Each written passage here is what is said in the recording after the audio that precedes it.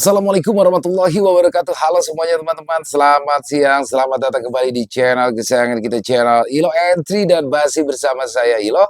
Pada kesempatan yang baik ini kami akan membawakan kisah, masih ya membawakan kisah teori di Keraton Merapi Season 2 yang merupakan ini adalah bagian terakhir dari Keraton Merapi Season 2. Oh ya, buat teman-teman ada yang bilang, "Kok udah part 7 aja, kok udah part 8 aja?" Jadi gini teman-teman, tadi aslinya kan Season 2 part 1, Season 2 part 2 terus, tapi kami menggabungkan dari Keraton Merapi 1, 2, 3, 4, 5, 6, 7, 8, 9, dan nantinya akan, ada 4 season ya untuk Keraton Merapi, berarti setelah ini akan masuk ke season ketiga, jadi panjang sekali. Tapi, apa namanya, makin seru ya di season kedua ini, di bagian ending ini makin penasaran aja teman-teman ya. Dan kami juga ingin mengucapkan terima kasih kepada pihak Sinta Diary atas kisahnya yang sangat luar biasa ini. Dan buat teman-teman yang suka baca bisa mengunjungi karya-karsa daripada Sinta Diary, kisahnya keren-keren banget di sana teman-teman.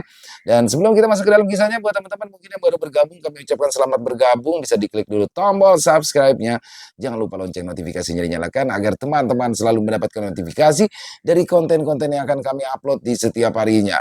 Untuk channel Ilo Entry ini kami upload setiap hari teman-teman ya, setiap siang jam 12 siang waktu Indonesia bagian Barat.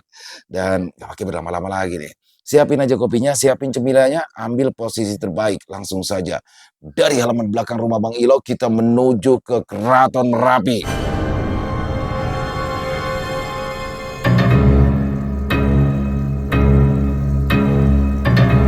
Persiapan kembali ke alam gaib Merapi. Keraton Merapi part 11.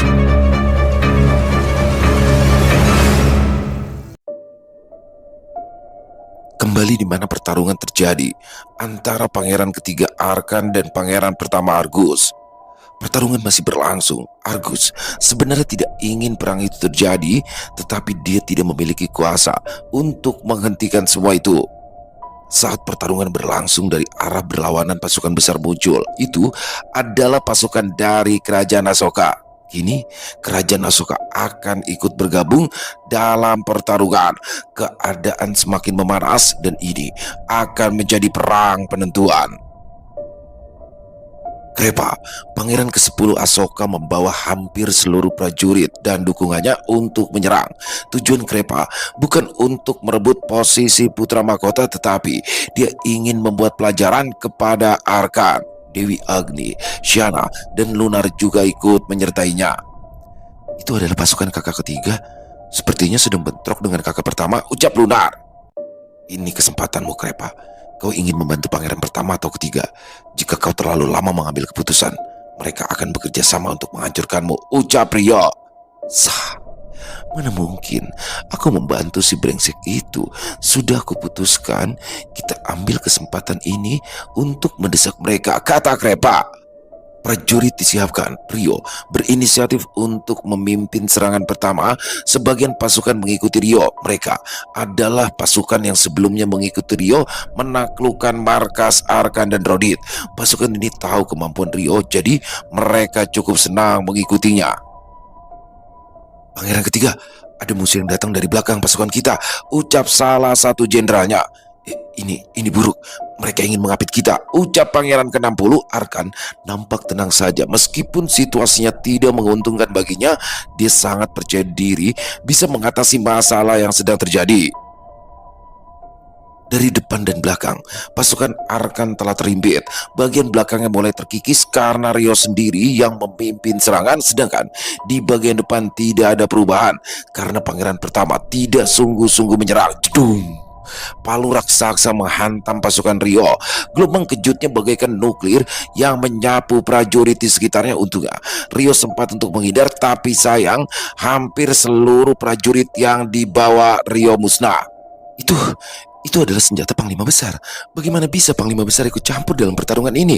Ucap Dewi Agni kemudian menuju ke tempat Rio berada. Palu tersebut membuat lubang yang cukup besar. Debu yang berterbangan perlahan memudar dan terlihat sosok yang cukup besar tengah memegang palu tersebut. Apa kau yang membunuh Pangeran ke-6? Makhluk sepertimu lancang sekali. Aku tidak peduli jika kau anak kemaras. Tidak seharusnya kau membunuh seorang pangeran, ucap Panglima Besar Algo. Panglima Algo, Anda tidak boleh ikut campur dalam pertempuran ini. Ini sudah menyalahi aturan, ucap Dewi Agni. Nama baik pangeran harus tetap terjaga. Makhluk ini telah membunuh pangeran, dan aku sendiri yang akan mengurusnya, kata Algo. Kau hanya beralasan bertindak atas nama pangeran. Sebagai seorang panglima besar ternyata kau cukup bodoh. Kau pikir aku tidak tahu maksudmu sebenarnya, saut Rio. Cukup berani kau bicara seperti itu pada aku. Hus, cedas. Kakak, teriak Siana. Dewi Agni berusaha melindungi Rio. Seperti yang sudah dikatakan sebelumnya, Dewi Agni datang atas perintah gurunya untuk melindungi Rio. Mungkin hal inilah yang sudah diketahui oleh Dewi Yin, salah satu panglima besar. Tidak perlu melindungiku, menjauhlah, ucap Rio. Jangan gegabah, dia bukan lawan sembarangan. Lebih baik kau lari, Panglima Besar Maras masih bisa melindungimu, ucap Dewi Agni. Putri sana, bawa Dewi Agni ke tempat yang aman, ucap Rio. Rio tidak peduli dengan apa yang dikatakan Dewi Agni. Rio tahu makhluk yang di hadapannya bukanlah lawan yang mudah. Sekarang, bagaimana kau bisa menjelaskan setelah melukai putri keempat? Bukankah kau telah mencoreng harga dirinya, kata Rio. Semua itu karenamu, itu salahmu, jawab Algo. Konyol, selalu ada makhluk sepertimu di dunia manapun itu. Rio kini mulai serius. Energi marah keluar menyelimuti seluruh tubuhnya. Algo cukup terkejut karena Rio memiliki kemampuan yang hampir sama dengan Panglima Besar Maras, tapi hal itu masih belum cukup untuk mengancam Algo. Kau cukup memiliki kemampuan, tapi di hadapanku kau bukanlah apa-apa. Maras sekalipun aku tidak takut, ucap Algo. Berarti kau juga akan melawan pangeran ke-10 kan? Dan semua sekutunya, kata Rio. Ya, jika mereka menghalangiku tentunya tujuanku hanya untuk menghentikanmu merusak kompetisi perebutan putra mahkota. Bahkan aku akan membunuhmu jika diperlukan. Meskipun kau berhenti sekarang, itu tidak ada gunanya. Kau tetap harus mati di sini, ucap Algo. Cukup kau berikan alasan yang tidak masuk akal. Sudah aku katakan, kau tidak pandai berbohong. Aku tahu tujuanmu sebenarnya, kata Rio. Kemungkinan identitas Rio telah diketahui oleh para panglima besar. Sebagian makhluk Wentira ada yang mengkonsumsi jiwa manusia untuk meningkatkan kemampuan mereka. Salah satunya adalah Panglima Besar Maras. Dewi Yin faham akan hal itu dan memerintahkan Dewi Agni untuk melindungi Rio. Hanya saja Dewi Yin tidak menyangka bahwa Algola yang akan bertindak sendiri. Tujuan Algo sudah jelas, yaitu untuk mendapatkan jiwa Rio. Dia hanya beralasan mengatasnamakan pangeran Raja Wentira, tidak membatasi anak-anaknya mencari dukungan siapapun. Algo hanya menginginkan jiwa Rio karena menurutnya Rio cukup istimewa, yang mana jika Algo bisa mendapatkan jiwanya, maka kemampuan Algo akan berlipat ganda. Kau menginginkan aku kan? Coba, ayo tangkap aku. Rio tiba-tiba menghilang dalam bayangan. Algo berpikir Rio akan menyerang, tapi sayangnya target Rio bukanlah dia. Rasakan kau, akhirnya dendam kakak ke-6 terbalaskan, ucap pangeran ke-60. Apa ini? Apa ini? Pangeran ke-60 panik. Tolong, sakit. Pangeran ke-60 langsung melebur perlahan. Salah satu pangeran gugur lagi di area pertempuran. Panglima Besar Algo menyadari bahwa tujuan Rio adalah menyerang para pangeran. Jika para pangeran yang ikut berpartisipasi dalam perebutan putra mahkota hanya menyisakan satu orang, maka semuanya akan berakhir dan tentunya Algo tidak lagi memiliki kesempatan untuk menyerang Rio. Minggir! Brak! Algo membuka jalan paksa yang dipenuhi oleh para prajurit pangeran ketiga. Semuanya mati yang menghalangi jalan Algo. Panglima Besar Algo, apa yang Anda lakukan? Ucap Arkan. Mereka menghalangi jalanku, balas Algo. Algo sudah gila. Dia benar-benar tidak peduli dengan perebutan putra mahkota ini. Apa yang ayah pikirkan mengizinkan monster sepertinya ke sini? Gumam Arkan. Kakak, sepertinya peraturan bahwa Panglima Besar tidak boleh ikut partisipasi sudah tidak berlaku lagi, ucap Lukas. Inilah yang dikhawatirkan Panglima Besar Ares. Sepertinya tidak akan berjalan dengan mudah sekarang, balas Argus. Kenapa tidak berikan saja posisi putra mahkota kepada saudara ketiga? Kita tidak perlu lagi melakukan pertempuran yang sia-sia, kata Lukas. Tidak. Jika saudara ketiga yang menjadi putra mahkota, dia pasti akan bertindak semena-mena. Rakyat Wentira pasti akan menderita, dan perebutan putra mahkota generasi berikutnya akan ada kembali. Mungkin jika itu saudara ke-10, aku masih bisa memikirkannya. Tapi jika harus jatuh kepada saudara ketiga, maka aku akan bertarung habis-habisan, tutur Argus. Aku suka cara berpikirmu, Argus. Serahkan Algo padaku. Meskipun aku tidak bisa mengalahkannya, bukan berarti dia juga bisa mengalahkanku. Setidaknya, aku bisa menahan Algo selama yang kau mau, kata Ares yang tiba-tiba menghampiri Argus. Terima kasih, Guru. Jawab Argus. Sementara itu, Rio terus-menerus menghindari Algo dan sambil menyerang musuh, para pangeran yang mendukung Arkan semuanya sudah mati. Arkan cukup sulit untuk ditangani Rio sambil menghindari Panglima Besar Algo. Jadi, Rio menyasar para jenderalnya yang perlahan mati satu persatu. Arkan sangat kesal dengan apa yang Rio lakukan, ditambah Panglima Besar Algo sangat tidak terkendali. Kemari kau, jedung. Terus menghindar tidak akan membuatmu lolos dariku. Algo menghantam tepat di tengah-tengah prajurit Arkan di mana Rio saat itu berada. Sudah jelas, sebagian pasukan besar telah mati. Rio bahkan sedikit terlambat untuk menghindar. Ia terpental terkena energi dari serangan Algo. Serang! Kau baik-baik saja, ucap Krepa menghampiri Rio. Ya, aku baik-baik saja. Makhluk itu cukup merepotkan. Aku tidak bisa mengalahkannya dengan kemampuanku, kata Rio. Sah, kita serang dia bersama-sama, balas Krepa. Pangeran ke-10 Asoka, aku peringatkan kau untuk tidak ikut campur. Aku tidak akan segan-segan meskipun kau adalah anak yang mulia. Minggir, ancam Algo. Apa kau berpikir aku akan diam saja, Algo? Berani-beraninya kau menargetkan anakku, ucap Panglima Besar Maras. Wow, Panglima Besar Maras akhirnya muncul. Kali ini kita juga tidak perlu takut. Benar, aku akan melindungi Pangeran Asoka, ucap beberapa prajurit Asoka. Memangnya kenapa jika kau di sini? Aku sama sekali tidak takut padamu, kata Algo. Algo, kau sudah cukup kelewatan. Kau telah mengacaukan pertempuran ini hanya untuk kepentingan pribadi. Kau saja tidak becus menangkap anak Maras. Jangan bermimpi untuk melawannya. Pergilah kau. Kau tidak memiliki wewenang di sini, ucap Panglima Besar Ares. Hei Ares, tidak usah ikut campur. Kau diam saja. Jangan sampai membuatku marah, balas Algo. Memangnya kenapa jika kau marah? Kau mau melawanku, ha? Jangan kira kau yang terkuat, karena kau pemimpin 7 panglima besar. Ingat, kau bahkan tidak bisa mengalahkan aku dulu, dan sekarang tetap tidak berubah, kata Ares. Akhirnya, ketiga panglima besar muncul. Mereka membela apa yang seharusnya mereka dukung, kecuali Algo. Apa yang akan terjadi selanjutnya? Perubahan alur pertarungan pastinya akan berbeda. Jika mereka ikut campur, perebutan putra mahkota akan berantakan. Kau sudah melanggar peraturan Algo dan beraninya ingin mencelakai anakku. Yang mulia saja Raja Wentira tidak berani menjinggungku. Apa kau kira aku tidak sanggup melawanmu, ucap Maras. Kalian berdua mau menghentikanku? Ayo maju kalian berdua, tantang Algo. Kau cukup sombong, Algo. Aku tahu kau mengalami peningkatan dalam beberapa tahun ini. Jangan kira kau saja yang mendapatkan manfaat saat di lautan iblis. Semuanya juga merasakan itu. Kami sengaja tidak sesumbar sepertimu, jelas Ares.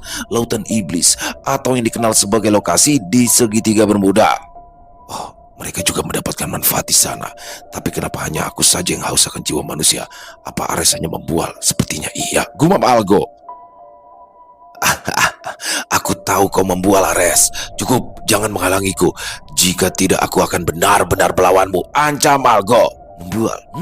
Mari, aku buktikan dan kau nilai sendiri. Aku membual atau tidak. Jedar! Ares langsung menejang Algo. Hanya sekali serangan saja, Algo terpental cukup jauh. Jika serangan Ares itu mengarah kepada orang lain, sudah dipastikan sasarannya akan hancur seketika. Ares memang bertambah kuat. Pukulan ringannya bahkan sampai mendorongku sejauh ini, gumam Algo. Algo, setiap manfaat yang kau dapatkan masing-masing tidak sama sepertimu. Kau mendapatkan kekuatan tipe pelahap jiwa. Kami semua tahu itu. Asal kau tahu, manfaat yang kami dapatkan sesuai dengan karakter kami masing-masing. Dengan kemampuanmu saat ini, kau sangat berbahaya. Tidak hanya bagi manusia, tapi juga bagi kerajaan Wentira. Sebetulnya, aku tidak ingin mengatakan secepat ini, tapi aku rasa ini adalah waktu yang tepat. Jelas, Ares. Apa yang kau bicarakan, Ares? Kau pikir aku akan mencelakai orang-orangku sendiri? Di antara kalian semua, akulah yang pertama, dan aku satu-satunya yang melindungi kerajaan Wentira ini. Jangan bicara sembarangan, Ares. Sangkal Algo. Ya, aku percaya itu. Tapi itu dulu, sebelum kau mendapatkan kemampuan pelahap jiwa, kami tahu kau selama ini diam-diam membunuh para tahanan dengan alasan eksekusi. Tapi sebenarnya kau melahap jiwa mereka. Tidak sampai di situ saja, kau bahkan diam-diam telah membawa beberapa jenderal dengan alasan untuk melakukan ekspedisi ke wilayah baru. Tidak ada satupun jenderal yang kau bawa kembali. Dugaan kami yakin bahwa hilangan mereka adalah karenamu. Dan yang terakhir, 4 pangeran lainnya yang berpartisipasi tiba-tiba mati, itu juga karena ulahmu. Aku tahu Dalang sebenarnya adalah pangeran ketiga, tapi ini menjadi kesempatan juga buatmu, Algo. Jelas, Ares. Deg. Pangeran ketiga yang mendengar ucapan Panglima Besar Are langsung salah tingkah.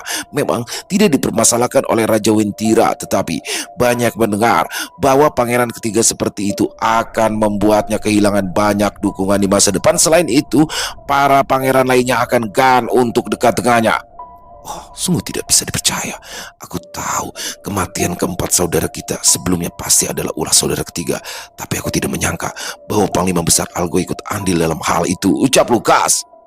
Sekarang menjadi jelas, jika hanya saudara ketiga saja, aku yakin tidak akan mampu membunuh keempat saudara kita. Mau bagaimanapun, keempat saudara kita itu tidak lemah. Sekarang masuk akal jika Panglima Besar Algo ikut campur dalam kematian keempat saudara kita, balas Argus. Ketika Panglima Besar masih saling bersih tegang, Ares terus menyudutkan Algo dengan segala kesalahan yang telah ia perbuat. Maras masih belum ingin bertindak. Lagi pula Rio hanya mengalami cedera ringan. Ares sudah memiliki dendam lama dengan Algo karena sebagian besar pengikut Ares mati di tangan Algo saat kerajaan Wentira memperluas wilayahnya. Dan satu hal lagi, Algo, kau bahkan berani mendekati istri yang mulia, istri keenam. Hei, hentikan ucapan kotormu, Ares. Jedum. Ares belum sempat mengatakan semuanya, tapi Algo langsung menyerangnya. Ternyata banyak pelanggaran dilakukan oleh Algo. Sifatnya berubah drastis saat dia menguasai ilmu pelap jiwa. Algo awalnya adalah seorang jenderal yang sangat dipercaya oleh Raja Wentira hingga dia menjadi satu-satunya panglima besar. Saat ini pun Raja Wentira masih mempercayai Algo. Hanya saja Algo mulai bertindak berani dan kurang ajar tanpa sepengetahuan Raja Wentira. Pertarungan dahsyat terjadi di lokasi arena pertempuran perebutan putra mahkota. Hal ini tentu akan menghambat jalannya acara pertarungan kedua panglima besar. Pastinya akan menimbulkan kerusakan besar di wilayah tersebut. Di dalam istana Wentira, semua pergerakan di wilayah pertarungan putra mahkota bisa dipantau melalui bejana besar seperti wajan penggorengan yang besar. Di dalamnya bisa terlihat aktivitas di wilayah yang disebutkan. Yang mulia, jika Algo dan Ares bertarung di sana, kondisi wilayahnya akan hancur dan tidak akan layak lagi untuk ujian perebutan putra mahkota, ucap Risi. Sepertinya Algo mulai kehilangan kewarasannya. Dia mulai dikendalikan oleh nafsunya. Aku tahu Algo bisa menjadi ancaman bagi Wentira, tetapi Wentira bisa sampai seperti sekarang ini juga karena andil dari jasanya. Aku tidak bisa memutuskannya untuk menghakiminya sendiri, saut Raja Zen Wentira. Kami tahu maksud Anda, yang mulia. Biarkan kami yang akan menghentikan Algo. Kami akan mencoba untuk tidak membunuhnya. Ares sendiri, saya rasa masih bisa menahan Algo, ucap Risi. Ya, tidak bisa disangka lagi bahwa Algo adalah salah satu yang memiliki peran penting berdirinya kerajaan Wentira hingga sebesar saat itu. Raja Wentira pun tahu sebenarnya jika Algo memiliki hubungan dengan istri keenamnya, dan diketahui bahwa Algo telah berhubungan sebelum istri keenam resmi menikah dengan Raja Wentira. Raja Wentira juga menyadari bahwa pangeran keenam sebetulnya adalah anak Algo, tapi Raja Wentira sengaja diam dan menerima apa yang terjadi tanpa protes. Raja Wentira lebih memilih kerajaan Wentira baik-baik saja daripada terjadi perang internal. Selain Algo yang memiliki jasa besar, ia juga memiliki banyak bawahan yang tersebar di seluruh wilayah Wentira. Raja Wentira hanya tidak ingin perpecahan terjadi, lebih memilih mengabaikan perasaannya daripada harus mengorbankan kerajaan hanya untuk seorang wanita saja. Krepa, ikut aku menemui pangeran pertama, ucap Rio. Sah, ayo kita pergi, balas Krepa. Mereka berdua menghilang, dan beberapa saat kemudian mereka tiba di barisan Argus dan Lukas. Hei, siapa kalian? Lindungi pangeran, ucap salah satu jenderal yang berada di sekitar pangeran pertama. Hentikan, jangan lakukan itu. Aku yakin mereka tidak memiliki niat buruk, ucap Argus. Baik pangeran. Sah, bagaimana kabarmu kakak pertama? Kata Krepa. Saudara ke-10 Asoka, terima kasih telah menanyakan kondisiku. Dan seperti yang kau lihat, aku baik-baik saja. Apa yang membawamu sampai ke sini, saudara ke-10? Tanya Argus. Sebenarnya aku yang ingin menemuimu, pangeran pertama, ucap Rio. Oh, anak dari Panglima Besar Mars. Apa yang bisa aku lakukan? Kata Argus. Dalam perebutan putra mahkota ini, sebetulnya Krepa tidak ingin menjadi putra mahkota. Dia hanya ingin balas dendam dengan pangeran ketiga karena telah memperlakukannya dengan buruk dan membuangnya di dunia manusia saat Krepa kecil dan lemah. Putra mahkota paling cocok dimiliki oleh pangeran pertama. Jadi, mulai sekarang kami tidak akan ikut berpartisipasi dalam perebutan putra mahkota. Terang, Rio. Apakah yang kau katakan itu benar? Kata Argus. Sah. Ya, seperti yang disampaikan, aku tidak tertarik lagi untuk menjadi putra mahkota. Lagi pula, setelah ini aku tidak akan menetap di Wentira. Tapi aku punya permintaan, saudara pertama. Saat aku pergi nanti tolong jaga ibuku. Aku tidak ingin dia ditindas lagi, karena aku tidak mungkin membalas dendam kepada si brengsek itu saat ini. Ucap Krepa. Percayalah saudara ke-10, aku pasti akan memperlakukan ibu ke-10 seperti ibu kandungmu sendiri. Kau tidak perlu khawatir, jawab Argus. Sah, jika begitu aku tidak khawatir lagi, balas Krepa. Berarti saudara ke-10 sudah menyerah kepada kakak pertama. Lalu bagaimana dengan saudara ke-77? Kata Lukas. Sah, keputusanku mewakili semuanya mendukungku. Dengan kata lain, sekarang aku juga mendukung kakak pertama. Jelas Krepa. Bagus. Saudara ke-10, kemarilah, biarkan aku memelukmu. Ucap Lukas. Krepa memilih untuk mundur demi memperebutkan gelar putra mahkota dan sepenuhnya mendukung pangeran pertama. Kini Argus memiliki wewenang yang cukup tinggi. Arkan tidak akan bisa berbuat apa-apa lagi, tetapi Arkan adalah simbol dari dendam. Dia tidak akan menyerah begitu saja hingga targetnya mati. Tapi sayang, Rio dan Krepa sekarang adalah bagian dari pangeran pertama memusuhi Krepa. Itu juga sama halnya memusuhi pangeran pertama. Arkan hanya memiliki sedikit dukungan kali ini. Lalu apa yang akan dia lakukan? Informasi mengenai Krepa yang mendukung pangeran pertama itu menyebar dengan cepat. Kini pasukan Krepa telah bergabung dengan pangeran pertama menjadi kekuatan yang sangat besar yang tidak bisa dihancurkan. Arkan semakin kesal. Bukannya dia menyerah, dia justru semakin berambisi ingin membalas dendam. Hai adik-adikku yang cantik, apa kabar kalian? Kemarilah semua, berikan pelukan hangat kalian, ucap Lukas. Kami ini bukan anak-anak lagi, kakak kedua. Tolong jangan bersikap seperti itu, kata Siana. Kakak gedebuk.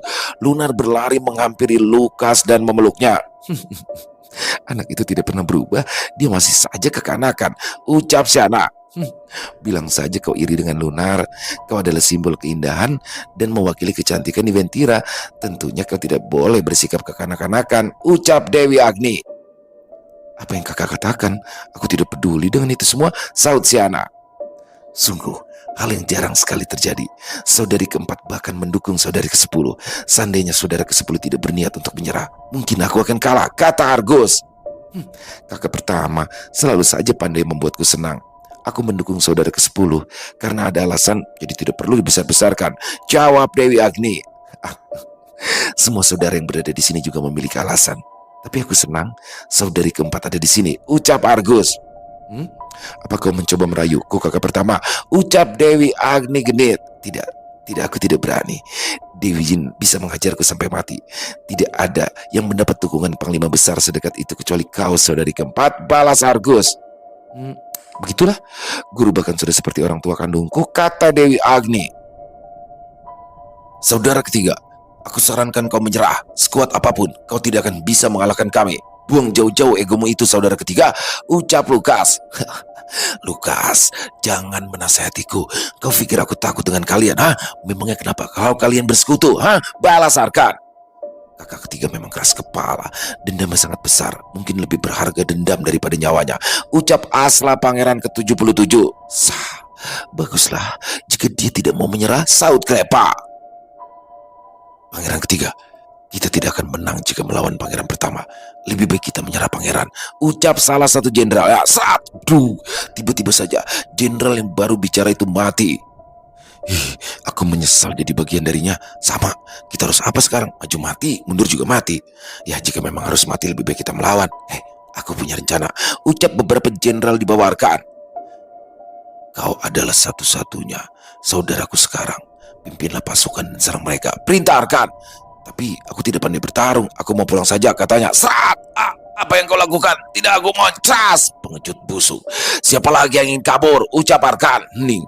Pangeran ketiga sungguh keterlaluan. Sepertinya dimulai frustasi. Gumam Rio. Ya, memang seperti itu sikap kakak ketiga. Entah kapan dia akan berubah. Saut Asra. Sah, dia tidak akan pernah berubah. Hanya kematian yang akan merubahnya, kata Krepa.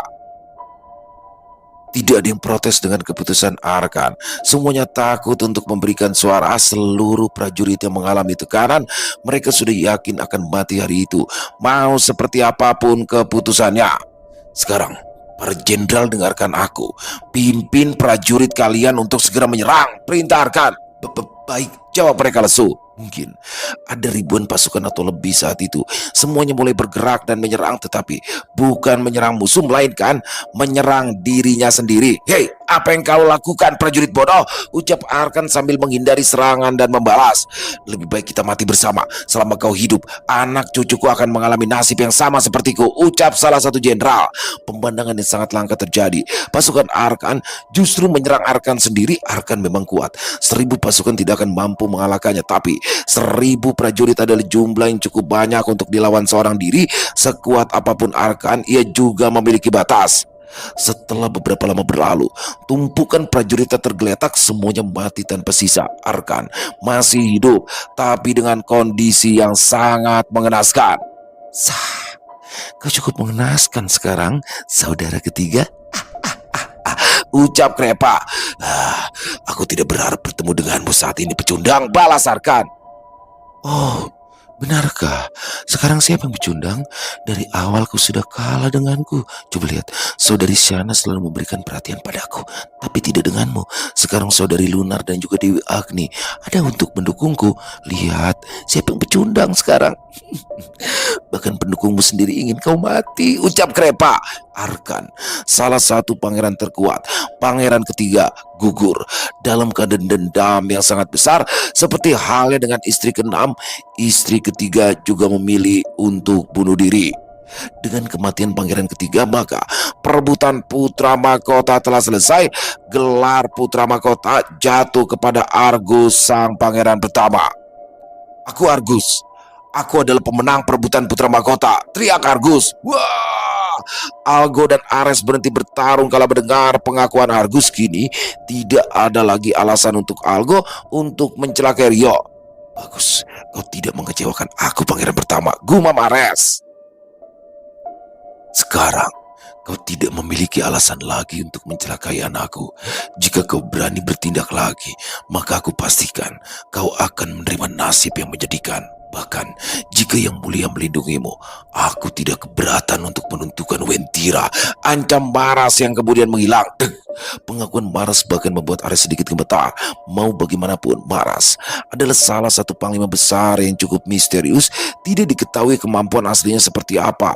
Sama halnya dengan panglima besar Kokon dan Kimaro. Mungkin Maras mengatakan ingin meruntuhkan Wentira itu karena dia memang mampu, bukan gertakan semata. Anggap saja kali ini beruntung, ucap Algo kemudian meninggalkan lokasi. Hati-hati lain kali Algo, jangan menyinggung yang tidak seharusnya kau singgung, kata Ares. Bagus, akhirnya mereka menghentikan pertarungan. Jika tidak, konsekuensinya akan buruk. Untung saja Maras tidak bertindak, ucap Risi. Lihat saja, jika Algo kesini, akan aku beri dia pelajaran. Berani-beraninya dia memukul muridku. Aku tidak menyangka jika Algo turun tangan sendiri. Jika aku tahu, aku pasti juga akan kesana, kata Devin. Sudahlah, semuanya baik-baik saja. Jangan menambah masalah, Devin, saut Risi. Kali ini, biarkan saja Algo. Tapi jika hal seperti ini terjadi lagi, aku serahkan Algo pada kalian, ucap Zen, Raja Wentira. Baik, Yang Mulia. Raja Wentira cukup lega dengan hasilnya. Algo bisa dihentikan tanpa harus melukai satu sama lain. Dan telah berakhir juga kompetisi untuk memperebutkan gelar putra mahkota. Krepa tidak bisa ikut menyaksikan pangeran pertama dilantik secara resmi karena Krepa harus segera pergi. Nyonya Gulan kini menjadi salah satu yang berpengaruh di kerajaan Wentira. Tidak ada lagi yang berani macam-macam. Ditambah Nyonya Gulan di bawah perlindungan putra mahkota. Mengenai prajurit rata yang dibentuk oleh Argus, mereka tidaklah menghilang. Mereka hanya muncul saat Argus mengalami situasi yang sulit. Bahkan Argus sendiri tidak tahu ada di mana mereka pada saat ini. Kembali di alam berapi, setelah Krepa dijebak oleh rogo bawaan Siswoyo, Rio akhirnya beraksi. Tidak ada satupun musuh yang selamat saat itu. Semua musnah. Krepa, ayo kita langsung menuju ke Bukit Pedang, ucap Rio. Sah. Baiklah, jawab Krepa. Setelah beberapa saat kemudian, mereka tiba di salah satu jalur menuju ke Bukit Pedang. Ada papan yang terbuat dari batu dengan tulisan berwarna emas yang tidak Rio pahami. Tulisan yang ada di papan batu tersebut adalah tulisan aksara Jawa. Seandainya pemandu mereka tidak Rio perintahkan untuk menjaga portal, mungkin mereka bisa memahami tulisan aksara Jawa tersebut. Tulisan tersebut adalah informasi terkait dengan Bukit Pedang dan juga informasi penting yang harus diketahui sebelum menuju Bukit Pedang karena akan memakan waktu. Jika Rio memanggil pemandunya, mereka akhirnya nekat masuk begitu saja ke Bukit Pedang. Tindakan gegabah Rio mungkin akan mencelakai dirinya sendiri, tapi tidak ada pilihan lain baginya untuk tetap melanjutkannya. Setelah melewati papan yang terbuat dari batu, ada 3 jalur yang harus dipilih.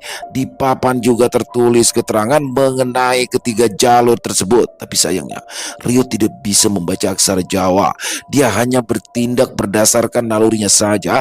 Dan Rio memilih memasuki jalur tengah jika dia beruntung bisa mendapatkan manfaat. Tapi jika tidak, mungkin itu akan menjadi masalah besar bagi dirinya. Masih berada di kawasan Watu Wesi, di mana Rio berada. Rio memasuki jalur tengah Bukit Pedang. Dia hanya asal masuk, tanpa mengetahui tingkatan pada ketiga jalur tersebut. Seperti yang pernah dijelaskan sebelumnya, papan batu dengan tulisan emas dan huruf aksara Jawa itu adalah pengertian dari ketiga jalur Bukit Pedang: tingkat rendah, sedang, dan area terlarang. Jalur tingkat rendah hanya berisi perbukitan batuan besi dan ada beberapa senjata biasa atau rusak. Meskipun ada beberapa senjata spiritual, itu masih dianggap tidak berguna bagi mereka yang memiliki rana di atas penyatuan Ki. Sedangkan di jalur menengah, kawasan ini cukup berbahaya. Di kawasan ini memang banyak senjata spiritual bertebaran di mana-mana seperti kuburan pedang. Akan tetapi di kawasan ini ada energi pedang yang mampu melukai jiwa. Makhluk dengan ranah yang rendah akan langsung lenyap jika terkena energi pedang ini. Adanya energi pedang itu berasal dari roh pedang yang bersembayam di tempat tersebut. Sedangkan di jalur terlarang adalah kawasan yang paling berbahaya. Hanya ranah kaisar yang benar-benar aman di tempat ini. Tempat ini terdapat banyak roh pedang. Energi pedang di tempat ini sangat berbahaya, 100 kali lipat dari tempat sebelumnya. Tapi tempat ini menyimpan senjata dewa yang bahkan Raja Merapi sekalipun tidak bisa menemukannya hingga sampai sekarang. Rio masih beruntung karena ia masuk di jalur tengah, yaitu jalur menengah. Meskipun begitu, jalur menengah masih tetap berbahaya baginya. Jika mereka bertemu roh pedang, mungkin hal itu akan menjadi malapetaka bagi mereka. Sah, tempat ini aneh. Ini adalah bukit, tapi tidak ada pepohonan sama sekali, ucap Krepa. Wilayah ini memiliki keunikan sendiri. Mungkin memang seperti ini seperti yang terlihat di luar, saut Rio. Tidak, maksudku tidak seperti di luar. Di luar masih ada pohon yang meskipun terlihat seperti pohon besi, tapi di sini tidak ada satupun yang menyerupainya. Dan apa-apaan ini? Tumpukan senjata yang berserakan seperti pembuangan, kata Krepa sambil memperhatikan sekeliling. Mereka sudah berada di jalur menengah Bukit Pedang. Tidak ada apa-apa di sana kecuali pedang yang berserakan di mana-mana. Setidaknya senjata tersebut adalah senjata spiritual, akan sangat berguna bagi para prajurit yang berada di bawah ranah penyatuan Ki. Sebenarnya tumpukan senjata ini cukup berguna bagi Samara, tapi sayang tingkatannya tidak cukup tinggi. Kita cari senjata spiritual tingkat tinggi, semakin banyak semakin bagus untuk Samara, ucap Rio. Apa Samara kita akan membutuhkan senjata seperti ini, kata Krepa. Tidak bagi mereka yang memiliki duplikat yang kuat, tapi bagi Samara yang hanya memiliki duplikat lemah tentu saja seperti ini cukup berguna, terang Rio. Jika seperti itu, kita tidak perlu lagi membunuh makhluk lemah, ucap Krepa. Tidak masalah, meskipun lemah, itu akan menjadi bantuan bagi kita. Ayo, kita mulai mengumpulkan senjata spiritual dengan tingkat yang lebih tinggi, balas Rio. Mereka pun lalu mulai mencari senjata spiritual dengan tingkatan yang lebih tinggi. Mereka tidak tahu bahwa energi pedang sedang mengintai mereka. Setelah beberapa saat, Rio dan Krepa sudah mengumpulkan cukup banyak senjata spiritual tingkat tinggi. Semua senjata spiritual tersebut langsung diletakkan di dunia Mara, jadi Rio tidak perlu repot-repot membawanya. Sepertinya sudah cukup, kita kembali ke Krepa. Ada sesuatu yang berbahaya di depan sana. Lebih baik kita menghindarinya saja, ucap Rio. Sah, ya terserah kau saja, balas Krepa. Sling, shoot, shoot, sas. Energi pedang itu cukup berbahaya. Ayo tinggalkan tempat ini, ucap Rio. Energi pedang sempat menyerang mereka, tapi sayang, energi pedang tersebut hanya menyerang angin. Rio dan Krepa masih muda untuk menghindarinya. Setelah keluar dari Bukit Pedang, Rio dan Krepa sudah dihadang oleh ratusan prajurit Butarakala yang dipimpin langsung oleh Siswoyo. Akhirnya kalian keluar. Berani-beraninya kalian membuat masalah di wilayahku. Kau telah membunuh Rogo. Akan aku pastikan kalian akan merasakan untuk lebih memilih mati, ucap Siswoyo. Mereka hanya berdua, Tuan. Apa perlu mengerahkan semua pasukan kita seperti ini? Ucap Regul, salah satu wakil Siswoyo. Jangan meremehkan mereka, Regul. Rogo saja bisa mereka kalahkan, saut Balang, salah satu wakil Siswoyo. Ya, mereka cukup kuat. Jika kalian bekerja sama, mungkin kalian bisa mengalahkan mereka, ucap Siswoyo. Sah, kita disergap, ucap Krepa. Sepertinya mereka memandang kita cukup tinggi. Hanya untuk kita berdua saja mereka membawa seluruh pasukannya. Baguslah, kita tidak perlu mencarinya satu persatu, kata Rio. Kau cukup sombong. Meskipun hanya memiliki ranah pondasi sempurna tingkat 8, kau masih belum sebanding denganku, kata Siswoyo pada Rio. Apa itu ranah? Memangnya aku peduli dengan hal seperti itu? Keterampilan membunuh tidak memerlukan ranah yang kusebutkan itu, balas Rio. Kau benar-benar cukup sombong. Mari lihat bagaimana kemampuanmu. Regul, Balang, kasih mereka pelajaran, perintah Siswoyo. Siap, Tuan, jawab mereka, kemudian menghampiri Rio dan Krepa. Rio bukanlah tidak terkalahkan. Meskipun kemampuannya mengerikan, dia memiliki energi spiritual yang terbatas. Perjalanan mereka di Bukit Pedang juga belum ada kesempatan untuk mereka beristirahat. Jika aku meladeni mereka berdua, meskipun menang, aku akan kesulitan melawan pemimpinnya. Tidak ada cara lain. Aku harus mengeluarkan mereka, gumam Rio. Atas kehendakku, keluarlah Samara, prajurit Mara, panggil Rio. Puluhan bayangan langsung muncul dan mulai membentuk karakternya masing-masing. Regul dan Balang terpaksa berhenti dan tidak ingin gegabah. Di mana aku? Ucap Rogo Samara. Rogo, itukah kau? Ucap Regul. Regul, Balang, kalian di sini juga? Ucap Rogo Samara. Apa-apaan dengan tubuh hitam itu, Rogo? Ucap Balang. Rogo, bunuh mereka, perintah Rio. Baik, Tuan, jawab Rogo. Rogo langsung menyerang Regul dan Balang. Perintah Rio adalah mutlak. Hei, apa-apaan kau, Rogo? Ucap Regul. Dia bukan Rogo yang kita kenal. Ayo, jangan segan-segan, kata Balang. Mereka berdua akhirnya menyambut serangan Rogo. Jedang, dua bilah kapak besar menghantam tanah. Di mana ini? Sialan, apa yang terjadi padaku? Oh iya, bagaimana dengan perebutan putra mahkota? Ucap Rodit Samara celingukan. Kau, kata Rodit Samara setelah melihat Rio. Selamat datang kembali, kakak kenal. Ucap Krepa. Bagaimana aku bisa di sini? Bukannya aku sudah mati, kata Rodit bingung. Kau tidak lebih hanyalah sebuah samara, ingatan, kepribadian, dan kemampuanmu masih tetap ada. Ditambah lagi, kau tidak akan bisa mati lagi. Jelas, Rio. Benarkah? Aku tidak bisa mati lagi? Apa kau tidak khawatir jika aku akan membalaskan dendam padamu? Hei anak panglima besar Maras, ucap Rodit. Buat apa kakak akan balas dendam? Bagaimana jika kita berteman saja? Ledek Krepa. Saudara ke-10 kau berani bercanda. Apa kau pikir aku akan berteman dengan orang yang telah membunuhku? Saut Rodit. Lalu apa yang akan kau lakukan sekarang? Ucap Rio. Rodit, pangeran ke-6 kerajaan Wentira akhirnya bangkit. Apa yang akan terjadi selanjutnya? Apakah dia akan membalas dendam? Rio harus mengeluarkan senjata andalannya, yaitu memanggil prajurit Samara. Rio tidak mungkin melawan prajurit Siswoyo dengan jumlah yang cukup banyak. Akhirnya Samara muncul dan hal-hal yang mengejutkan terjadi. Rogo, hentikan semua ini. Apapun yang telah dia lakukan padamu, kau tidak perlu takut lagi. Ada Tuan Siswoyo di sini, ucap Regul. Siswoyo, tuanku adalah Rio yang berdiri di sana. Bukankah itu yang kau lihat? Jawab Rogo Samara cetrang. Jika kau keras kepala, aku akan benar-benar serius, ucap Regul. Sudah aku katakan, dia itu bukan Rogo yang kita kenal. Minggir, biar aku membereskan, ucap Balang. Serat-serat, gabruk. Kau masih bukan tandinganku, Rogo, ucap Balang. Rogo, kata Regul mendekati. Regul cukup dekat dengan Rogo. Diketahui, Regul berasal dari tempat yang sama dengannya. Pada awalnya, mereka hanya prajurit biasa, menjadi kuat bersama, dan bahkan mendapati posisi yang sama berkali-kali. Selamat tinggal kawanku, kata Regul. Cak! Ah! Apa yang kau? Bro, Rogo adalah prajurit Samara yang tidak bisa mati. Saat Samara mati, maka dia akan bangkit berkali-kali.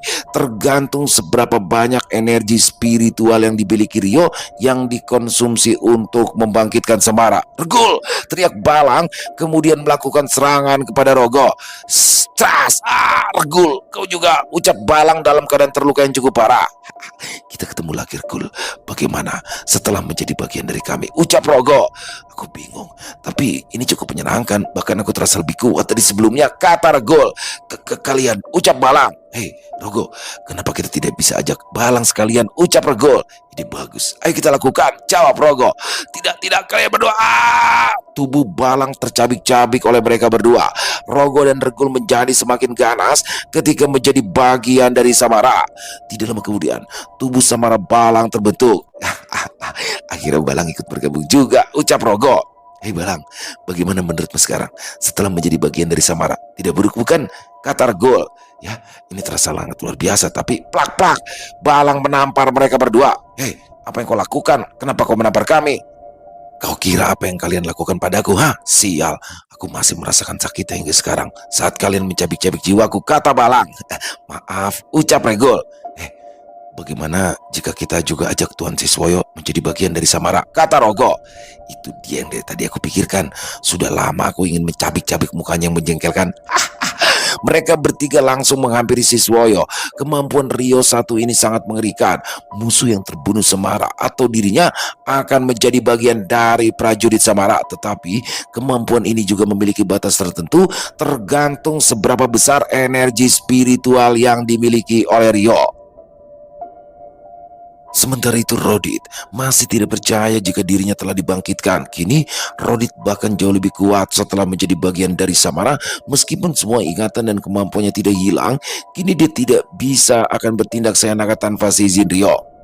Aku tahu bahwa aku tidak bisa melawanmu dalam kondisi sekarang ini. Aku hanya ingin minta satu permintaan. Sebagai gantinya aku akan mematuhimu, ucap Rodit. Meskipun aku tidak memberikanmu permintaan, kau tetap akan mematuhiku. Tapi akan aku berikan kau kesempatan, asalkan itu masuk akal, kata Rio. Aku hanya ingin bebas. Aku tidak ingin terkurung di dunia mara yang gelap itu. Izinkan aku untuk selalu berada di sampingmu seperti saudara ke-10, pinta Rodit. Hal itu bisa aku lakukan, tapi aku punya syarat. Jika kau berhasil mengalahkan pimpinan mereka, maka kau tidak akan dikembalikan di dunia mara. Kau akan selalu ada dalam dunia spiritual seperti Krepa, ucap Rio. Baiklah, lihatlah bagaimana aku akan melakukannya. Apa aku boleh membantai yang lainnya? Kata Rodit. Lakukan saja semaumu. Bunuh musuh sebanyak kau mau, balas Rio. Yes! Rodi puas mendengar ucapan Rio. Sementara itu, Balang, Regul, dan Rogo mendekati Siswoyo. Hei, kenapa kalian menjadi hitam? Hei Rogo, bukankah kau sudah mati? Sebenarnya ada apa dengan kalian? Ucap Siswoyo. Kami ingin kau ikut bergabung bersama kami, kata Rogo. Cara bicaramu kurang ajar. Maksudmu, kalian ingin aku menjadi seperti kalian? Kalian sungguh berani, kata Siswoyo. Sepanjang perjalanan mereka bertiga menuju lokasi Siswoyo, mereka membantai prajurit Putarakala. Tidak semuanya kemudian menjadi prajurit Samara. Rio memiliki batasan, tapi para prajurit yang mereka bertiga bantai tetap menjadi bagian Samara, hanya saja dikumpulkan di dunia mara dan belum waktunya untuk Rio panggil karena terbatasnya energi spiritualnya. Kami jauh lebih kuat setelah menjadi bagian dari Samara. Kau tidak mungkin bisa melawan kami sekarang, ucap Balang. Tidak perlu banyak omong, ayo kita bantai aja, kata Regul. Mereka bertiga mengepung Siswoyo dan serentak menyerangnya bersamaan. Serat! Hanya sekali ayunan senjata Siswoyo, mereka bertiga langsung lenyap begitu saja. Rio merasakan itu dan tidak membangkitkan mereka bertiga lagi untuk menghemat energi spiritualnya. Mereka bertiga hanyalah semut. Sekarang hadapi aku, ucap Rodit. Ya, kau cukup layak untuk melawanku. Maju, kata Siswoyo. Siswoyo juga tipe makhluk yang menggunakan senjata besar. Pertarungan mereka berlangsung sengit, meskipun situasinya saat itu lebih diuntungkan Rio. Siswoyo masih tetap meladeni Rodit. Bahkan Siswoyo tidak menyadari bahwa pasukannya perlahan habis dibantai oleh prajurit Samara yang dipanggil sebelumnya. Sejauh ini, pertarungan antara Siswoyo dan Rodit masih seimbang. Hanya saja, sudah mulai terlihat Siswoyo kepayahan untuk mengayunkan senjata dalam hal kekuatan. Rodit tidak terkalahkan sebelumnya, ditambah sekarang ia adalah prajurit Samara, bisa dibilang staminanya tanpa batas dan tidak bisa mati. Jedung! Siswoyo terpental terkena serangan Rodit. Meskipun tidak mendapatkan luka serius, Siswoyo sudah mati-matian untuk bertahan. Sial, jika terus seperti ini aku pasti akan kalah. Lebih baik aku kabur, gumam Siswoyo. Siswoyo meninggalkan area pertarungan. Dia tahu jika diteruskan mati, kabur adalah keputusan yang tepat. Krepa, kejar dia, jangan biarkan dia lolos, ucap Rio yang mulai kelelahan. Sah, apa kau baik-baik saja, kata Krepa. Aku hanya lelah, cepat kejar sebelum dia jauh. Balas Rio. Baiklah. Sah, mau kemana kau? Ucap Krepa. Sial, jedang, dar. Siswoyo refleks menyerang karena kaget. Untungnya Krepa sempat untuk menghindar saat Siswoyo menyerang. Krepa sempat menyentuh lengan Siswoyo. Oleh karena itu, tangan Siswoyo mulai terkikis. Tras, sial, apa yang menggelogoti lengan kau itu? Sakit sekali, ucap Siswoyo setelah ia memotong lengannya sendiri. Sah, kenapa kabur? Bukannya kau ingin membuat kami menderita dan memilih untuk mati, kata Krepa. Menyingkirlah, jangan memaksaku untuk serius. Setidaknya aku bisa membawamu mati bersamaku, saut Siswoyo. Siswoyo sangat keliru jika bisa mengancam Krepa.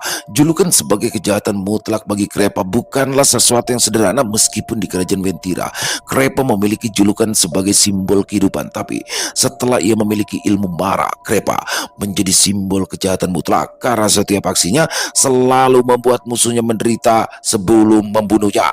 Dan julukannya sebagai simbol kehidupan juga bukan karena hanya sebuah simbol saja. Sebetulnya Krepa sudah mati ribuan kali saat kecil. Pangeran ketiga dan pangeran lainnya sudah sering mencobanya, tapi anehnya Krepa selalu bangkit saat dia mati. Hal itu membuat pangeran ketiga sangat kesal, yang akhirnya membuangnya ke dunia manusia.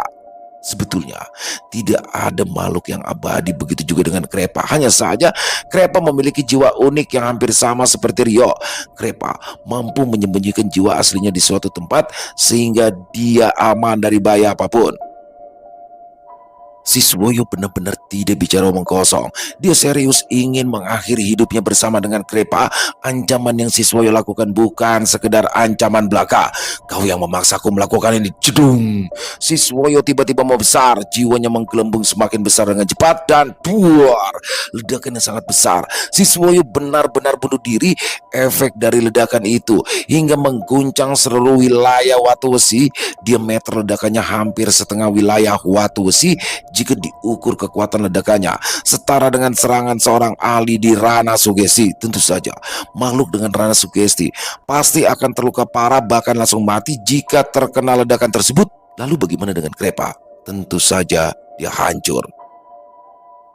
Ledakannya sangat kuat. Jika hal itu terjadi di sini, aku mungkin tidak akan selamat, gumam Rio dari kejauhan.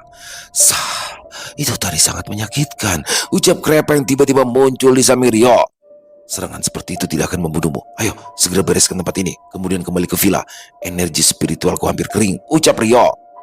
Meskipun serangan itu tidak membunuhku, tapi tetap menyakitkan. Setelah ini aku ingin istirahat, balas Krepa.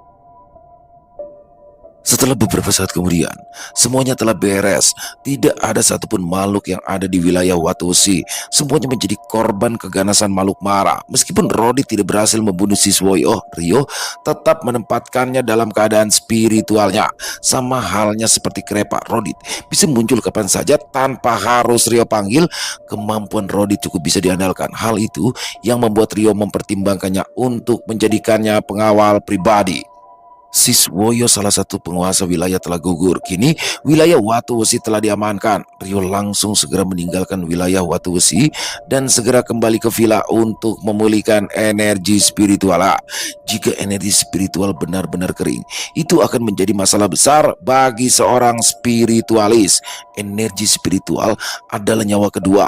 Sebisa mungkin hati-hati dan bijak untuk menggunakan energi spiritual secara berlebihan. Di jalur tak berujung yang masih dalam kawasan milik Keraton Merapi, Tori, Sinta dan kedua Sira masih menelusuri jalur tak berujung dipandu oleh Begul, seorang prajurit Bagaseta. Apakah masih jauh wilayah selanjutnya? Ucap Tori. Oh tidak tuan, kira-kira 300 langkah. Mungkin kita sudah sampai di portal Pring Betung, jawab Begul. Suamiku, apakah kau merasakan keanehan saat memasuki jalur ini? Tanya Sinta. Keanehan macam apa yang kau rasakan, istriku? Jawab Tori. Entahlah, perasaanku yang tidak enak dengan suasana saat ini. Tempat ini tak berujung, aneh. Ada banyak misteri yang tidak diketahui, kata Sinta. Jika soal itu, kita sepemikiran. Kita baru saja sampai di sini. Tapi firasatku mengatakan, jika tempat ini tidak sesederhana seperti wilayah gaib lainnya, setiap wilayah yang ada di jalur tak berujung, ini bukanlah masalah. Tapi yang membuatku merinding adalah jalur ini, saut Tori. Benar, apa yang Nona dan Tuan khawatirkan. Jalan tak berujung ini bahkan tidak bisa dipecahkan oleh Raja Keraton Merapi. Konon, penguasa jalan tak berujung ini bukanlah milik Keraton Merapi saja, tapi ada kelompok besar lain yang tidak kalah besar dengan Keraton Merapi. Dan tidak hanya satu atau dua. Yang pernah aku dengar konon, ada 13 kekuatan besar termasuk Merapi, tapi kebenarannya masih simpang siur. Dari ke-13 kekuatan besar ini, mereka tidak saling mengganggu satu sama lain. Dan Keraton Merapi dekat dengan salah satu dari 13 kekuatan besar ini. Dia adalah Kerajaan Pantai Selatan yang dipimpin oleh Kanjeng Ratu Kidul atau sering dipanggil Nyi Roro Kidul. Jelas Begul. Wah, aku tidak menyangka kau cukup berpengetahuan Begul. Sudah tidak asing lagi memang hubungan antara Keraton Merapi dengan Kerajaan Pantai Selatan. Tapi yang membuat aku penasaran, 13 kekuatan besar ini, 2 diantaranya jelas Keraton Merapi dan Kerajaan Nyi Roro Kidul. Tapi 11 lainnya, siapa? Kata Tori. Maaf Tuhan, pengetahuan saya hanya sebatas itu. Hanya anggota Keraton Merapi yang tahu tentang detailnya, saut Begul. Tiba-tiba, Sira menghentikan langkah mereka. Ada apa Sira? Ucap Sinta. Ada segerombolan pengganggu, kata Sira singkat. Suara gemuruh tiba-tiba mendekat. Begul sangat waspada. Dia terlihat tegang dan bersiap dengan apa yang terjadi. Cendolo keblak, ucap Begul kaget. Bukan, itu bukan cendolo keblak biasa Tuan. Aku bahkan tidak bisa melihat ranah jiwanya, kata Begul panik. Maksudmu, tulisan yang ada di atas kepalanya. Mereka rata-rata memiliki tulisan penyatuan Ki. Dan ada beberapa yang pondasi sempurna, ucap Tori. Sering tras, sebagian besar cendolo keblak tiba-tiba terpotong menjadi beberapa bagian. Sira kali ini tidak banyak bergerak untuk menyerang sepertinya. Kemampuan Sira meningkat lagi. Begul kaget setengah mati. Kumpulan cendolo keblak dengan ranah tinggi itu dengan mudahnya dikalahkan hanya dengan sekali tebasan. Wah, pengawal Tuan sungguh tidak main-main. Luar biasa. Ada di ranah apa dia bisa dengan mudah menghabisi begitu banyak ranah penyatuan Ki. Bahkan pondasi sempurna tidak sempat berkutik, ucap Begul. Oh, maksudmu Sira? Di atas kepalanya tertulis jiwa suci, ucap Tori. Semuanya telah terkendali Tuan, ucap Sira. Baiklah, jika begitu ayo lanjutkan perjalanan. Pimpin jalannya Begul, ucap Tori. Begul merasa ngeri berada di samping Sira. Dia tidak menyangka jika selama ini ia berada bersama dengan orang-orang yang mengerikan. Setelah beberapa saat kemudian, mereka tiba di portal berwarna hijau. Portal tersebut adalah tempat di mana wilayah Pring Betung berada. Tuan, kita sudah sampai. Ini adalah portal menuju wilayah Pring Betung, ucap Begul. Tunggu apa lagi? Ayo kita masuk. Segera kita selesaikan urusan kita, lalu istirahat, kata Tori. Begul sebenarnya ingin memperingatkan bahwa portal Pring Betung biasanya dijaga oleh puluhan prajurit. Kemungkinan ada sesuatu yang tidak beres. Tapi mengetahui ganasa Sira, dia pikir peringatannya tidak akan berguna. Saat memasuki portal, mereka langsung tiba di rimbunnya bambu merah yang merupakan bambu langka di Pring Betung. Tetapi ada yang aneh dengan bambu mereka tersebut, seperti sudah disusun dengan sengaja. Jeglak. Dari arah belakang mereka, jalan keluar telah tertutup seperti yang telah dikhawatirkan Begul. Mereka terjebak di kurungan bambu merah. Akhirnya masa kita telah masuk perangkap, ucap sosok wanita dengan penampilan yang brutal. Tawa para prajurit Butara Kala yang berada di luar bambu merah. Gawat Tuan, kita dijebak. Bambu merah ini sangat sulit dihancurkan. Energi spiritual tidak akan berpengaruh, ucap Begul. Oh, benarkah? Ucap Tori. Sire, singkirkan bambu merah ini, mengganggu pandangan. Perintah Sinta. Serat-serat, brak! Dengan mudahnya, Sire memotong bambu merah tersebut. Sekali lagi Begul sia-sia mengkhawatirkannya. Cepat, panggil Wikara ke sini. Perintah Yulia pada bawahnya. Apa kau penguasa wilayah ini? Kata Sinta. Aku pikir informasinya terlalu dilebih-lebihkan. Ternyata hanya makhluk seperti kalian yang datang ke sini. Meskipun kalian memiliki ranah cukup tinggi, tetap saja kalian tidak akan bisa mengalahkan kekasihku Wikara. Sepertinya manusia yang bersamamu cukup spesial. Kesultanan Merapi pasti akan senang, ucap Yulia dengan pandangan yang membuat Sinta marah karena telah melirik Tori. Plak! Coba kau katakan sekali lagi, ucap Sinta. Dia plak, kau plak, bicara yang benar, plak, jedat. Yulia tidak sempat untuk mengatakan sesuatu. Tamparan kecil Sinta membuatnya kesakitan hingga kesulitan untuk bicara, hingga Sinta tidak sengaja menampar dengan keras sehingga kepala Yulia terlepas dari jiwanya dan mati seketika. Mungkin slogan yang pernah didengar, wanita itu sangat cantik dan imut di dunia maya, tapi sangat mengerikan di dunia nyata. Sepertinya slogan di atas juga berlaku di alam gaib. Selama ini Tori dan Sinta jarang bertindak, bukan berarti mereka lemah, khususnya Sinta. Peningkatan Sinta sangat jauh setelah keluar dari buku jiwa saat berada di semesta gaib kerinci. Yulia adalah makhluk yang memiliki ranah pondasi sempurna, hanya dipermainkan saja oleh Sinta. Tidak ada yang tahu ranah apa yang dimiliki Sinta dan Tori. Yulia! Teriak sosok kekar yang berlari menghampiri jiwa mati Yulia. Seseorang dengan tubuh dipenuhi otot itu berlari menghampiri jiwa mati Yulia. Makhluk itu meraung kehilangan kekasihnya. Siapa yang membunuh Yulia? Ucap Wikara marah. Dia melakukannya Tuhan, ucap salah satu prajurit. Aku mengerti kesedihanmu makhluk besar, tapi kematiannya karena kesalahannya sendiri. Istriku tidak sengaja membunuhnya karena wanita itu terlalu lemah, kata Tori. Wanita jalang, kau harus mati, ucap Wikara. Nanti dulu, kau bilang apa barusan? Kata Tori dengan nada yang mulai marah. Jalang itu harus mati. Cedak. Petir biru menyambar Wikara hingga ia jatuh terlentang. Coba ulangi lagi. Kau bilang apa? Kata Tori. Petir seperti ini tidak akan menyakitiku. Jedak! Sambaran petir kedua semakin ganas. Petir biru bercampur ungu menjadi satu, sehingga Wikara harus berteriak menahan sakitnya. Gila, sungguh gila. Yulia dan Wikara yang terkenal kuat di antara Jenderal Butara Kala hanya dipermainkan oleh mereka berdua. Di mana Tuan Muda mendapatkan sekutu sehebat ini? Gumam Begul gemetaran. Siapa yang kesebut jalang? Kata Tori. Siapa mereka ini? Aku adalah yang terkuat. Bisa-bisanya dipermalukan seperti ini. Siapa kalian? Kenapa mengacau di wilayahku? Kata Wikara dengan nada lebih lembut. Jedak!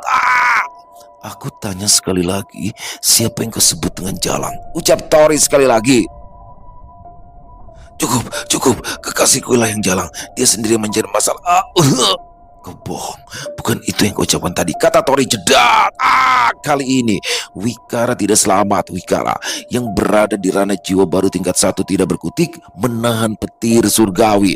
Petir surgawi adalah ilmu milik Kandra. Saat dia memegang tombak naga emas di gerbang neraka istana langit, seperti apapun jawaban Wikara, dia tidak akan pernah lolos dari hukuman Tori karena berani menghina Sinta, Yulia, dan Wikara. Salah satu pimpinan wilayah telah gugur. Sisa prajurit Butara Kala lari kalang kabut. Tori membiarkan mereka karena mereka juga tidak akan bisa bertahan di jalur tak berujung. Situasi di wilayah Pring Petung sangat menyenangkan. Situasi di sana membuat perasaan menjadi tenang dan juga rileks. Setelah beberapa lama berkeliling di wilayah Pring Petung, Tori memutuskan untuk kembali ke villa. Di wilayah desa Banyumili, di mana Jaka berada, Jaka memasang pelindung kuat di sekitaran perbatasan desa Banyumili untuk mencegah Cendolo Keblak menyerang. Setelah tugasnya selesai, Jaka pun langsung kembali ke villa. Seperti biasa, setelah Baraga Sukma pasti akan terasa lapar sekali. Jadi Rizka dan Reta menyiapkan makanan yang banyak untuk mereka. Neng Risma, di mana Yuda? Kata Jaka. Oh, Tadi keluar pakai kendaraan pengurus villa, mau makan Bang Jaka. Itu sudah kami siapkan Bang, ada di meja dekat lemari es, balas Rizka. Oh, kebetulan tenan Niki, aku lapar sekali C. Ya wis, aku mau makan ya, kata Jaka. Jaka pun langsung makan. Apa yang ia lihat di meja setelah itu lagi asiknya. Rizka dan Reta menikmati acara TV. Rizka mendapat telepon dari nomor asing. Setelah diangkat ternyata itu dari pihak rumah sakit. Bang Jaka, Yuda di rumah sakit. Barusan pihak rumah sakit telepon, ucap Rizka panik. Yuda, di rumah sakit mana? Ada apa dengannya? Kata Jaka. Duh, rumah sakit mana tadi ya? Lupa, ucap Rizka. Rumah sakit Panti Nugroho, Jalan Kaliurang, kilometer 17, Saut Reta. Ah, lokasinya cukup jauh dari sini. Aku akan ke sana, kata Jaka. Aku ikut, ucap Reta datar. Aku juga dong, masa sendirian di sini, saut Rizka. Jaka langsung pergi ke rumah sakit yang disebutkan. Ia mengendarai mobil Desta sehingga Reta dan Rizka bisa ikut bersamanya. Padahal saat itu Jaka masih cukup letih, tapi ia nekat untuk pergi. Sampai di rumah sakit, mereka tentunya terkejut melihat Rama juga di sana. Saat mereka tiba di rumah sakit, Rama dan Yuda sudah membaik. Mereka sudah bisa duduk sendiri. Kalian, sebenarnya ada apa dengan kalian? Tanya Jaka. Jangan-jangan kalian berantem lagi ya? Saut Rizka. Yang dikatakan Rizka benar, tapi yang membuat kami seperti ini adalah sesuatu yang cukup merepotkan, jawab Rama. Maksudnya bagaimana sih? Jaka penasaran. Mungkin nanti saja aku ceritakan. Jika sudah kumpul semuanya, aku sudah baik-baik saja. Ayo kembali ke villa, kata Rama. Kak Yuda gimana?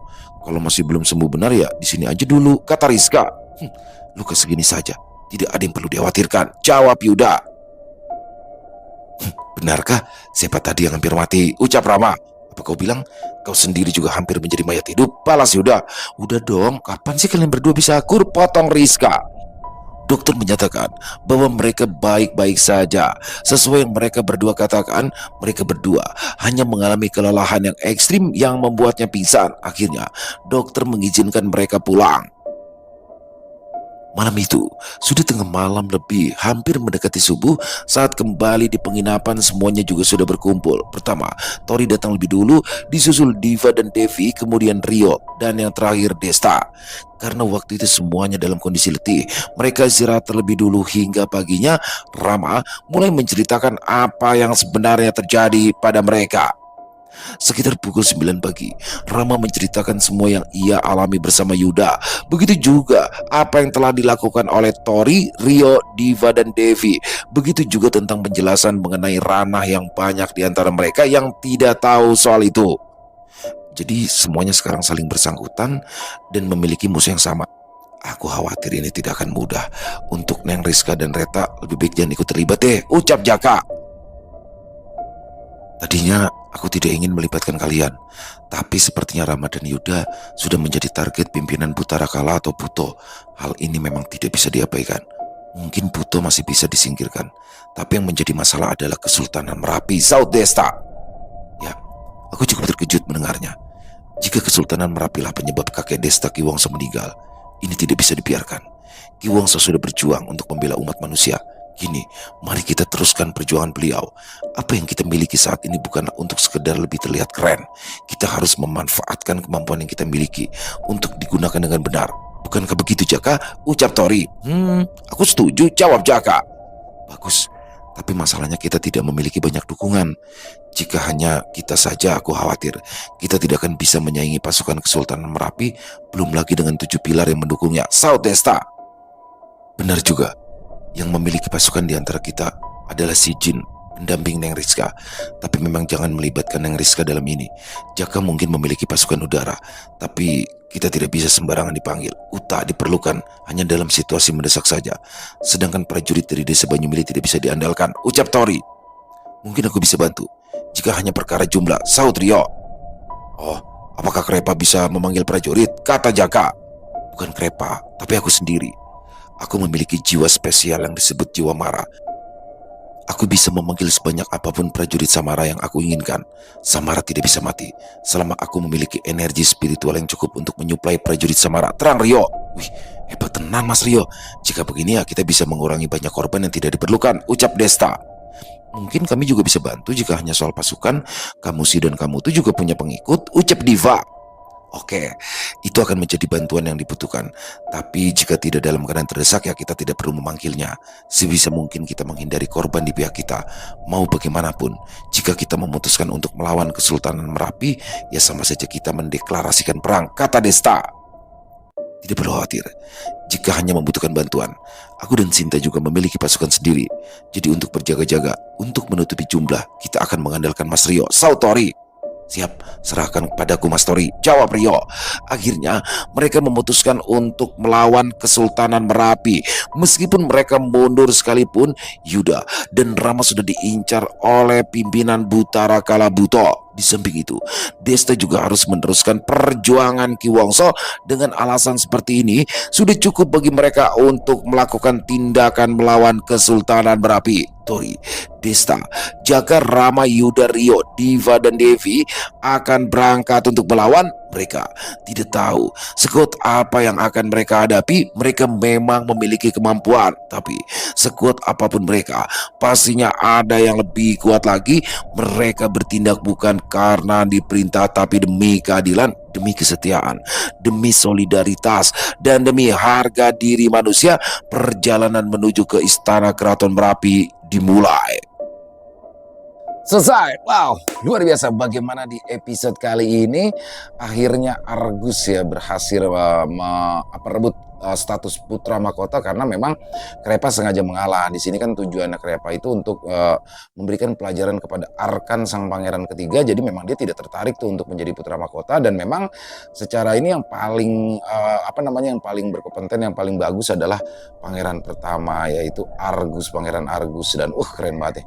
Tapi jadi gini ya, karena dalam season kedua ini lebih banyak menceritakan tentang sosok Rio dan Krepa, entah kenapa jadi kayak jadi jatuh cinta nih sama sosok-sosok Rio dan Krepa dengan segala kemampuannya. Jadi kayaknya keren banget, dan saya berharap di next season ketiga, Keraton Merapi season ketiga akan lebih banyak porsi ya untuk Rio dan Krepa. Overall keren banget kisah yang luar biasa. Terima kasih kepada pihak Sinta Diary atas izinnya kami untuk membawakan kisah ini, dan yang pasti buat teman-teman juga bisa menghibur ya kisah barusan. Dan kisah apa lagi nih ya selanjutnya ya, teman-teman yang punya saran bisa tulis di kolom komentar, yang pasti akan kita siapkan buat besok kisah lain ya, kisah lain yang semoga juga bisa menghibur teman-teman semua. Silakan buat teman-teman mungkin yang punya komentar pendapat lain tentang kisah barusan bisa menuliskan di dalam kolom komentar, ataupun hanya sekedar saling menyapa, silakan. Insya Allah kami akan menjawabnya satu persatu. Buat yang suka dengan videonya, buat yang suka dengan kisah barusan, bisa diklik tombol like-nya, tombol jempolnya, boleh juga dong di-share link videonya ini ke teman-temannya yang lain agar juga ikut merasa terhibur. Dan buat teman-teman yang belum subscribe, sekali lagi bisa diklik tombol subscribe, jangan lupa lonceng notifikasinya dinyalakan agar teman-teman selalu mendapatkan notifikasi dari konten-konten yang akan kami upload di setiap harinya. Kami juga ingin mengucapkan terima kasih ya kepada seluruh teman-teman yang sudah selalu setia hadir, yang sudah selalu mendukung kami, karena teman-temanlah kami selalu bersemangat berkarya di setiap harinya. Di akhir kata, saya Ilo mengucapkan permohonan maaf apabila mungkin dalam pembawaan kisahnya barusan ada kata-kata saya yang salah, ataupun ada kata-kata saya mungkin yang kurang berkenan. Saya mohon dibukakan pintu maaf yang seluas-luasnya. Sampai berjumpa lagi besok siang jam 12 siang masih bersama saya Ilo di channel Ilo Entry. Salam sehat, sukses selalu untuk kita semua. Wassalamualaikum warahmatullahi wabarakatuh.